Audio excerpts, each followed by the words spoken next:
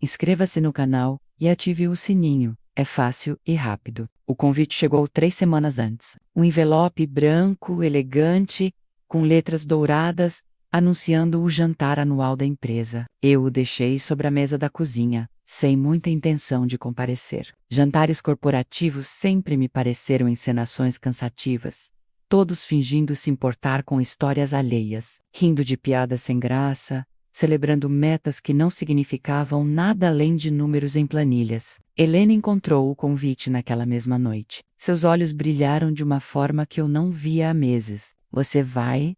Não vai? Ela perguntou, já sabendo minha resistência habitual. Pensei em pular esse ano, respondi, sem tirar os olhos do notebook. Ela suspirou, daquele jeito que carregava mais do que simples decepção. Era um suspiro que dizia: você nunca está presente. Sentou-se ao meu lado, tocou meu braço com delicadeza. Seria bom para nós dois. Você precisa sair um pouco desse isolamento, relaxar. E eu gostaria de ir com você. Havia algo na voz dela, uma urgência sutil, que não consegui decifrar naquele momento. Agora, olhando para trás, percebo que era um pedido de ajuda disfarçado, de convite social. Mas naquele instante, apenas cedi. Concordei em ir, mais para evitar outra discussão silenciosa do que por vontade própria. As semanas passaram com aquela rotina automática que havia se instalado em nosso casamento. Acordávamos em horários diferentes, conversávamos sobre trivialidades menos contas a pagar, compromissos da semana, reparos necessários na casa, dormíamos no mesmo quarto, mas em mundos separados. Eu mergulhado em relatórios e metas profissionais, ela cada vez mais distante, com um olhar que parecia buscar algo além das nossas 4 paredes. Na noite do jantar, enquanto eu ajustava a gravata diante do espelho, observei Helena se arrumar. Ela escolheu um vestido atum marinho, simples mas elegante, que realçava sua silhueta. O perfume que aplicou, menos aquele mesmo que me conquistara anos atrás, encheu o quarto. Por um breve momento, senti uma fagulha do que um dia fomos. Ela estava linda, e eu deveria ter dito isso, mas as palavras ficaram presas em algum lugar entre meu peito e minha garganta. Está pronto? Ela perguntou, virando-se para mim com um sorriso que não alcançava os olhos. Sim. Vamos. O salão do hotel estava impecavelmente decorado. Mesas redondas com toalhas brancas, arranjos de flores discretos, luzes suaves criando uma atmosfera que tentava disfarçar a artificialidade daquele tipo de evento. Música ambiente tocava baixinho enquanto garçons circulavam com bandejas de canapés e taças de champanhe. Cumprimentamos algumas pessoas na entrada. Helena trabalhava no departamento de recursos humanos. Eu, na área financeira. Nossas rotinas raramente se cruzavam dentro da empresa, o que, ironicamente, talvez tenha contribuído para o distanciamento em casa. Casais que trabalham juntos podem ter 2 destinos: fortalecer a cumplicidade ou acelerar o desgaste. Nós, aparentemente, seguimos o segundo caminho. Depois dos cumprimentos iniciais, nos separamos naturalmente. Ela foi conversar com colegas do setor dela. Eu me juntei a um grupo de analistas financeiros perto do bar. A conversa girava em torno dos temas de sempre: projeções para o próximo trimestre, mudanças na diretoria, fofocas sobre demissões e promoções, mas meus olhos vagavam pelo salão, procurando Helena. Encontrei-a facilmente. Seu vestido azul se destacava entre os tons sóbrios que dominavam o ambiente. Ela conversava animadamente com 2 colegas, gesticulando, sorrindo. Parecia leve, feliz até. Foi quando percebi o quanto eu não a via assim em casa há muito tempo. Desviei o olhar, concentrando-me novamente na conversa ao meu redor. Alguém contava uma história sobre um cliente difícil. Eu fingi atenção, mas minha mente estava em outro lugar, tentando identificar quando exatamente nossa conexão havia se perdido. 15 minutos depois, procurei Helena novamente. Ela não estava mais no mesmo lugar. Escaneei o salão metodicamente, menos as mesas, os grupos próximos ao buffet. Área do bar, nada. Um pequeno incômodo começou a se formar no fundo do meu estômago, uma sensação que eu não conseguia nomear. Foi então que meus olhos encontraram a varanda envidraçada, no canto do salão. A iluminação ali era mais suave, quase romântica, criando um contraste com a claridade do ambiente principal. E foi lá que a vi. Meu coração não parou. Isso é exagero de quem conta histórias. Mas algo dentro de mim certamente se rompeu naquele instante. Helena estava encostada no vidro e um homem segurava seu rosto com ambas as mãos. Ele a beijava e ela não o afastava. O mundo não desapareceu, nem ficou em câmera lenta. Essas são descrições poéticas para momentos que na verdade são brutalmente nítidos. Eu via cada detalhe. A mão dele deslizando da bochecha dela até a nuca, o corpo de Helena ligeiramente inclinado para trás, a proximidade entre eles, que denunciava a intimidade. Não era um beijo roubado, surpresa indesejada, era um beijo correspondido. Reconheci o homem imediatamente. Ricardo Mendes, gerente de marketing. Casado, 2 filhos, eu o conhecia de reuniões interdepartamentais, um daqueles profissionais eloquentes, sempre com a palavra certa na hora certa. Agora ele estava com as palavras suspensas nos lábios da minha esposa. Tudo bem, cara? Tudo bem, cara? A voz ao meu lado me trouxe de volta. Era Marcelo, colega do financeiro. Ele me olhava com preocupação. Você ficou branco? Pisquei, tentando reorganizar os pensamentos que se chocavam dentro da minha cabeça. Estou bem, só preciso pegar um pouco de ar. Não esperei resposta. Meus pés se moveram sozinhos em direção à varanda. Cada passo parecia amplificado, como se o salão inteiro pudesse ouvir minha aproximação. Algumas pessoas começaram a notar minha expressão, a direção do meu olhar. Conversas foram morrendo ao meu redor. Quando cheguei perto o suficiente, Ricardo se afastou abruptamente. Seus olhos encontraram os meus, por uma fração de segundo menos culpa, pura estampada no rosto. Helena se virou, e a cor fugiu de suas bochechas. Ela ficou completamente pálida, os lábios entreabertos, como se quisesse falar, mas não encontrasse as palavras. O silêncio entre nós três era denso, quase palpável. Outras pessoas perceberam o clima e começaram a olhar na nossa direção. Fofocas nasceriam daquele momento, eu sabia, mas nada disso importava. O que todos esperavam menos, o que eu mesmo achei que faria menos, era uma explosão. Gritos, acusações, talvez até violência. Era o roteiro óbvio para aquela cena. Mas algo estranho aconteceu dentro de mim, naqueles segundos. Uma calma gélida tomou conta do meu corpo. Uma clareza cortante que nunca havia experimentado antes. Respirei fundo, deixei um sorriso surgir nos meus lábios.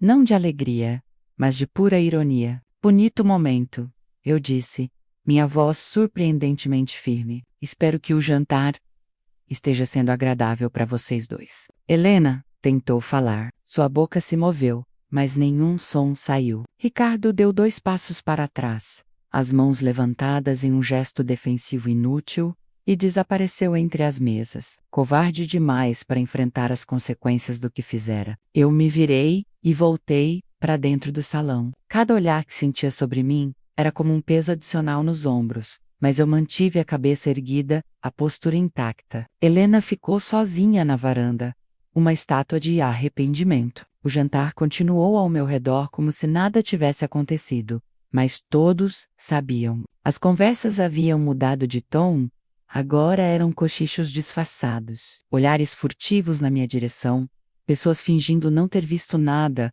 enquanto absorviam cada detalhe para repassar depois. Voltei para o grupo onde estava antes. Peguei uma taça de vinho que não tinha a menor intenção de beber, e fingi normalidade. Marcelo se aproximou, claramente desconfortável. Cara, se você quiser ir embora, tô bem menos interrompi ainda com aquela calma artificial, só mais algumas formalidades, e vamos embora. Helena reapareceu alguns minutos depois. Seus olhos estavam vermelhos, mas ela havia recomposto minimamente a maquiagem. Ficou do outro lado do salão, sem coragem de se aproximar. Bom, eu não tinha palavras para ela naquele momento. Quando o diretor da empresa subiu ao palco para fazer o discurso de encerramento, todos se voltaram para a frente. Ele agradeceu o empenho da equipe, falou sobre crescimento e desafios do próximo ano, fez um brinde coletivo. Eu levantei minha taça junto com os outros, fingi beber, fingi sorrir, fingi estar inteiro. Ao final, quando as pessoas começaram a se despedir, procurei Helena com o olhar. Ela estava encostada em uma coluna, abraçando a si mesma, perdida. Caminhei até ela, e pela primeira vez naquela noite, falei diretamente: vou te esperar no carro. Sem como não era um pedido, era uma ordem. Ela apenas assentiu, incapaz de sustentar meu olhar. O estacionamento estava silencioso. Entrei no carro, fechei a porta e segurei o volante com força, tentando impedir que minhas mãos tremessem. A raiva começava a surgir agora, perfurando aquela camada de calma forçada. Mas junto com a raiva, vinha outra coisa, menos uma tristeza profunda, pesada, do tipo que se instala no peito e não sai. Helena entrou no carro 3 minutos depois. O perfume dela, aquele mesmo que eu amava, agora me causava náusea. Ela fechou a porta suavemente, como se qualquer som pudesse detonar a explosão que eu mantinha contida. O caminho para casa nunca me pareceu tão longo. Cada farol vermelho era uma eternidade, cada curva uma tortura. O silêncio dentro do carro era mais alto que qualquer grito. Foi no terceiro farol que ela finalmente falou, a voz trêmula. Não foi o que você pensa. A frase mais clichê, mais vazia, mais ofensiva que ela poderia ter dito. Ri. Uma risada, curta, amarga, sem nenhum traço de humor. Helena menos respondi, ainda olhando para frente. Eu vi. Não precisa explicar o óbvio. Foi um erro. Ela continuou. E agora as lágrimas vinham. Sam Control. Ele se aproximou, assim. Foi rápido. Eu não esperava. Você não afastou menos. Cortei minha voz mais dura agora. E não me venha com essa história de que foi surpresa. Eu conheço beijos roubados. E aquilo não foi um... Ela soluçou, cobrindo o rosto com as mãos. Eu sei, tá certo. Foi minha culpa. Mas você precisa entender. Nós estamos tão distantes. Eu me sinto tão sozinha nesse casamento. Você nunca tá presente, nunca me olha, nunca. E isso justifica. Interrompi novamente. Agora, virando o rosto para ela pela primeira vez. Você se sentir sozinha te dá o direito de me trair em público, na frente de todos os nossos colegas? Não.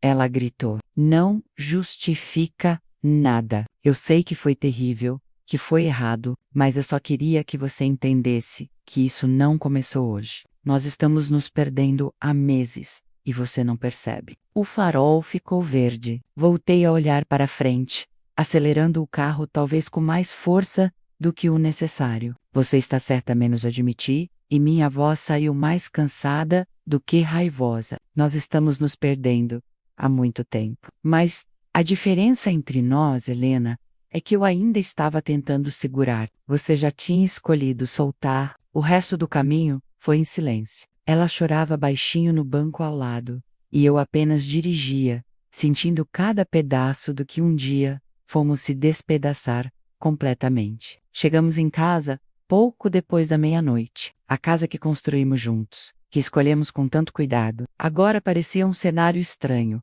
um lugar que não nos pertencia mais. Helena foi direto para o quarto. Eu a ouvi chorando do outro lado da porta, mas não tive forças ou vontade de consolá-la. Fui para a sala, sentei no sofá e fiquei olhando para o vazio. A mente humana é uma coisa curiosa em momentos de crise. Esperamos que ela entre em pânico, que nos afogue em pensamentos caóticos. Mas a minha estava estranhamente organizada, processando tudo com uma clareza cirúrgica. Peguei o celular e comecei a rolar distraidamente pelas redes sociais. Um hábito idiota, mas familiar. E foi assim que vi. Alguém da empresa já havia postado fotos do jantar. E em uma delas, no canto, ligeiramente desfocada, mas perfeitamente identificável, estava a cena Ricardo beijando Helena na varanda. A foto tinha comentários, muitos comentários, alguns fingindo não reconhecer as pessoas, outros sendo mais diretos. As fofocas já tinham começado a se espalhar pela internet. Isso seria o assunto da empresa pelos próximos dias, talvez semanas. Mas o que me surpreendeu não foi a foto ou os comentários, foi a minha reação a eles. Eu esperava sentir vergonha, humilhação, em vez de sentir libertação, como se aquela exposição pública finalmente autorizasse algo que eu vinha adiando há muito tempo. Fiquei na sala, até o sol nascer. Não dormi.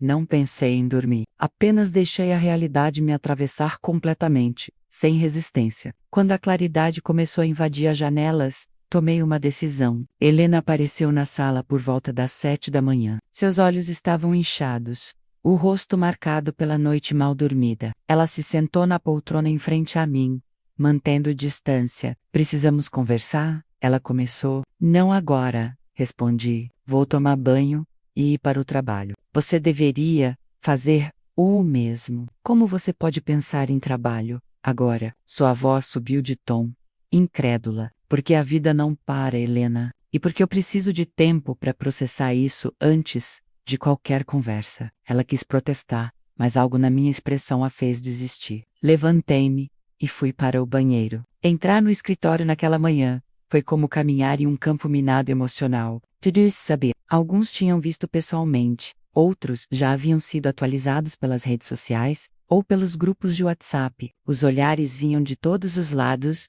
menos alguns com pena, outros com curiosidade mórbida, alguns poucos com desconforto genuíno. Mas eu mantive a postura, cumprimentei as pessoas normalmente, fui até minha mesa, liguei o computador e comecei a trabalhar como se fosse um dia qualquer. Marcelo passou pela minha mesa no meio da manhã. Cara, sério, se você precisar conversar, obrigado, disse, sem tirar os olhos da tela. Mas estou bem, Pivertade. Ele ficou ali por mais alguns segundos, claramente sem saber o que dizer. E então, se afastou. Durante o café, ouvi fragmentos de conversas que claramente eram sobre mim. Impressionante como ele tá calmo. Ponto e o teria matado os dois. Dizem que o Ricardo também é casado. As fofocas se alimentavam de especulações, crescendo e se deformando a cada repetição. Helena não apareceu no escritório naquele dia. Soube depois que ela ligou, dizendo está doente. Uma parte de mim sentiu alívio.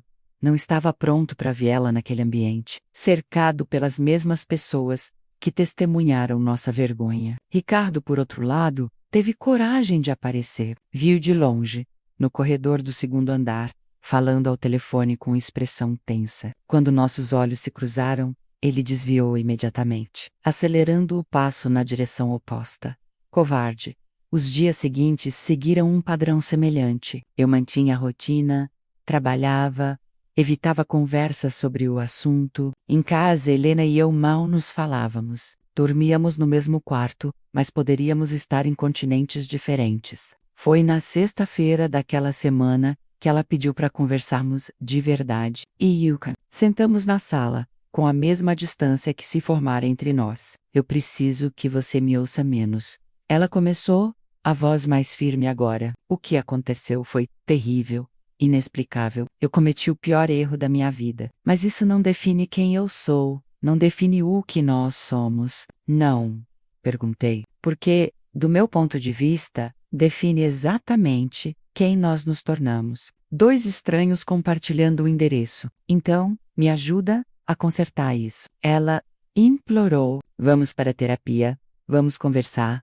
Vamos tentar salvar o que construímos. Olhei para ela. Realmente olhei. E vi uma mulher que eu amei profundamente, que um dia foi minha melhor amiga, minha companheira, minha certeza, mas também vi uma estranha, alguém capaz de me trair e depois pedir que eu consertasse o que ela quebrou. Helena menos, comecei, escolhendo cada palavra com cuidado. Eu também te amei profundamente. Mas o que vi naquela noite não foi só uma traição. Foi o reflexo do que deixamos morrer há muito tempo. E às vezes, o amor não acaba de repente. Ele simplesmente se apaga, tão devagar, que a gente só percebe quando já não há mais nada para salvar. Ela correu e Então, é isso? Perguntou entre soluços. Você vai desistir de nós? Assim, não estou desistindo, respondi. Estou apenas aceitando o que você já aceitou quando beijou outro homem. Que nós terminamos antes daquela noite. Ela só tornou isso visível. A separação foi mais rápida do que eu imaginava. Sem filhos, sem grandes brigas por bens materiais. Apenas dois adultos reconhecendo o fim. Helena se mudou 2 semanas depois. Foi morar com uma amiga enquanto procurava um apartamento próprio. Mas as consequências daquela noite se estenderam muito além da nossa separação. Helena pediu transferência de setor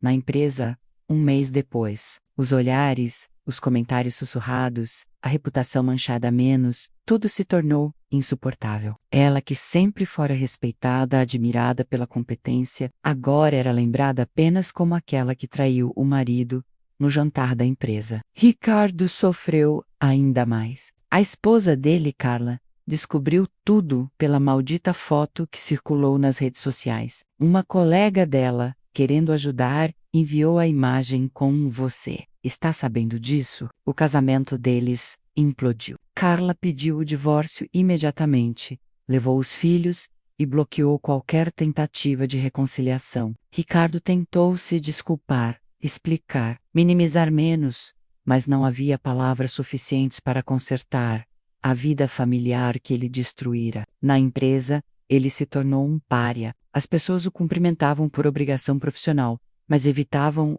interações além do necessário. A diretoria, percebendo o clima tóxico que se formara ao redor dele, começou a preparar uma demissão voluntária. 3 meses depois, Ricardo aceitou um pacote de desligamento e saiu da empresa. Viu pela última vez em uma cafeteria perto do escritório. Foi alguns meses depois de tudo. Ele estava sozinho em uma mesa do canto, olhando para o nada, com uma xícara de café frio à frente. O homem confiante e eloquente, que eu conhecia, havia desaparecido. No lugar, restava apenas uma casca menos barba por fazer, olheiras profundas, ombros curvados pelo peso das consequências. Nossos olhos se cruzaram por acaso. Ele me reconheceu, e por um segundo, pareceu que ia se levantar, talvez para pedir desculpas. Mas então desviou o olhar, envergonhado, e voltou a encarar o vazio à sua frente. Não, senti raiva. Aquela emoção havia se esgotado há tempos. Senti apenas uma pena distante, do tipo que sentimos por estranhos, cujas tragédias lemos nos jornais. Ele perdera tudo: família, emprego, reputação, por alguns minutos de decisão impulsiva. Helena também passou por transformações. Conseguiu a transferência para filial em outra cidade e recomeçou. De vez em quando recebia mensagens dela, menos pedidos de desculpas renovados, atualizações sobre sua vida, desejos de que eu estivesse bem. Eu respondia com educação, mas semi-standard. Nosso capítulo havia terminado, e não havia razão para mantê-lo aberto. Enquanto Helena e Ricardo lidavam com as ruínas de suas escolhas, algo inesperado aconteceu comigo. Minha reação naquela noite menos a calma, a dignidade, o controle, havia chamado a atenção de pessoas que importavam na empresa. 6 meses após o jantar, fui chamado à sala do diretor executivo. Achei que seria mais uma reunião de rotina, mas Carlos Mendonça, o CEO, tinha outros planos. Senta aí, ele disse, apontando para a poltrona de couro na frente de sua mesa. Quero conversar sobre algo importante. Sentei. Ainda sem entender. Você sabe, ele continuou, que eu estava naquele jantar. Vi tudo o que aconteceu. Meu estômago se apertou. Será que finalmente as consequências chegariam para mim também? E sabe o que mais me impressionou? Ele prosseguiu, não foi a situação em si. Essas coisas acontecem, infelizmente. O que me impressionou foi como você lidou com aquilo. Ele se recostou na cadeira, os dedos entrelaçados sobre a mesa. Qualquer um no seu lugar teria explodido, causado uma cena, partido para a agressão, feito um escândalo. Era o que todos esperavam. Mas você manteve a compostura, mostrou equilíbrio, numa situação onde qualquer pessoa teria perdido a cabeça. E isso, meu amigo, diz muito sobre o tipo de líder que você é. Fiquei em silêncio, processando suas palavras. Estamos abrindo uma nova diretoria de gestão de crises e relações institucionais,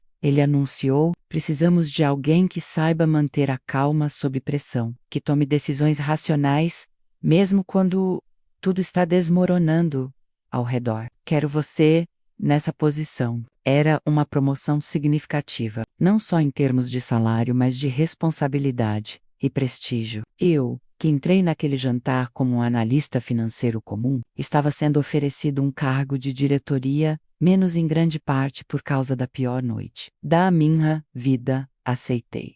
E nos meses seguintes, provei que Carlos estava certo. A capacidade de separar emoção de decisão, de manter clareza mental em meio ao caos, serviu-me bem no novo cargo. Cada crise que gerenciei, cada situação delicada que resolvi, reforçava que eu estava onde deveria estar. As pessoas na empresa mudaram a forma como me viam. Não era mais o cara que foi traído. Gradualmente, tornei-me o diretor de crises. O cara que resolve problemas impossíveis, aquele que nunca perde a calma. Hoje, 3 anos depois daquela noite, minha vida é completamente diferente. Moro em um apartamento menor, mas que é genuinamente meu. Tenho um cargo que me desafia e me realiza. Conheci pessoas novas, fiz amizades verdadeiras e até comecei a namorar novamente, sem pressa, sem pressão, apenas deixando a vida acontecer. Helena soube recentemente, tá bem, casou-se de novo com alguém da cidade onde mora agora.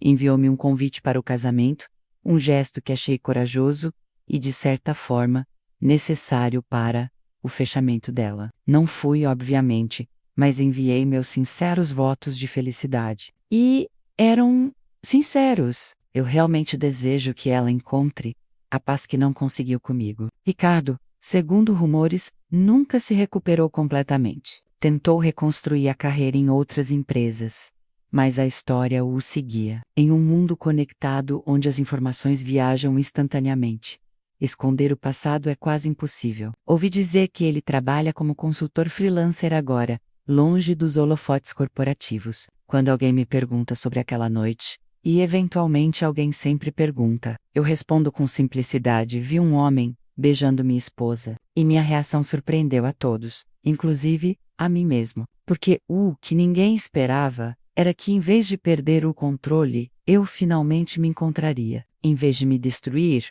aquela traição me libertou de um casamento que estava morrendo há anos. Em vez de me deixar amargurado, me ensinou que dignidade e compostura são formas mais poderosas de responder à traição do que qualquer explosão de raiva. Os traidores sofreram as consequências inevitáveis de suas escolhas. Perderam respeito, relacionamentos, oportunidades, ficaram presos naquele momento, revivendo-o em cada olhar julgador, em cada oportunidade perdida. Eu segui em frente, não por vingança, mas por escolha. E aprendi que, em certas histórias, a vingança mais silenciosa e mais eficaz é simplesmente continuar bem. Quando olho para trás agora, não vejo aquela noite com dor. Vejo-a como um divisor de águas. O momento em que parei de viver no automático e comecei a viver de verdade. O momento em que a pior coisa que poderia me acontecer acabou se tornando o melhor presente disfarçado. Porque às vezes, as maiores traições não vêm para nos destruir. Elas vêm para nos mostrar quem realmente somos quando o chão se abre sob nossos pés. E quando o chão se abriu sob os meus, descobri que eu sabia voar. Inscreva-se no canal e ative o sininho. É fácil e rápido.